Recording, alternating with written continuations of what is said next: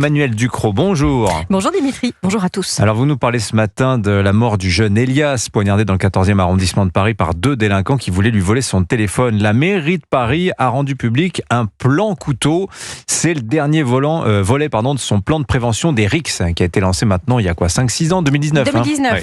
Ouais. Alors ce plan couteau était prévu avant le drame, enfin il a été dévoilé concomitamment. Alors il y a une urgence parce que rien qu'à Paris, pour l'année scolaire 2023-2024, on a dénombré 74 agressions à l'arme blanche dans les collèges, 38 dans les lycées et 18 dans les écoles primaires.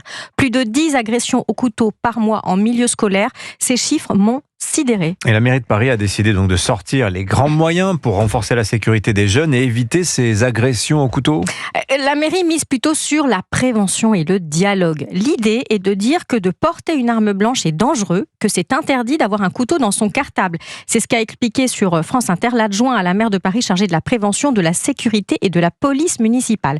Le plan couteau prévoit donc l'inévitable hashtag Stop Couteau sur les réseaux sociaux, c'est ultra dissuasif, et aussi des interventions d'une centaine de médiateurs, pas de policiers, de médiateurs dans et aux abords des établissements scolaires et des centres sportifs. Ils vont sensibiliser avec un outil imparable, des flyers. Comment ça, des flyers ? Oui, des petits tracts rouges sur une page qui résument très bien la philosophie naïve, j'allais dire perverse, de cette opération. Il s'appelle « Porter un couteau, c'est se mettre en danger, pas se protéger ». Pas porter un couteau, c'est risquer de tuer quelqu'un. Non, non.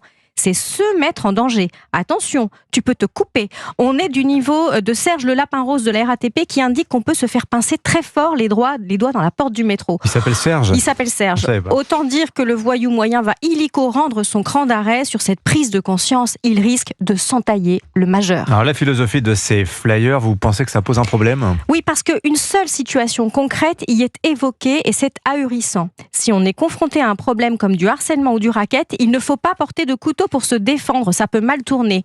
Je traduis. Il y a des gens qui ont trouvé futé, pour ne pas stigmatiser les délinquants sans doute, de faire porter le discours de prévention des attaques au couteau sur les personnes qui en sont actuellement les victimes. Posez les couteaux, les bisounours. Ça s'appelle une inversion accusatoire et c'est particulièrement odieux. Comme si les auteurs d'attaques à l'arme blanche, les terreurs de sortie de collège avec un couteau papillon dans la poche avaient des profils de pauvres gosses rackettés qui craqueraient et qui, hypothétiquement, un beau jour, iraient au collège avec un couteau à steak piqué dans la cuisine pour se défendre. Ce n'est pas comme si ça a été le cas. Dans la mort d'Elias, c'était des délinquants multirécidivistes connus pour des vols avec violence et avec armes, mais toujours libres d'aller et venir et de tuer. Ce déni de la réalité, cet angélisme aussi simplet que malhonnête, cette façon de faire disparaître le problème en le rhabillant d'habits de premier communiant est insultant pour la mémoire d'Elias, qui n'a jamais porté de couteau, pour ses parents qui le pleurent et pour notre intelligence collective. Signature Europe 1, Emmanuel Ducrot. Merci beaucoup Emmanuel. 8h53.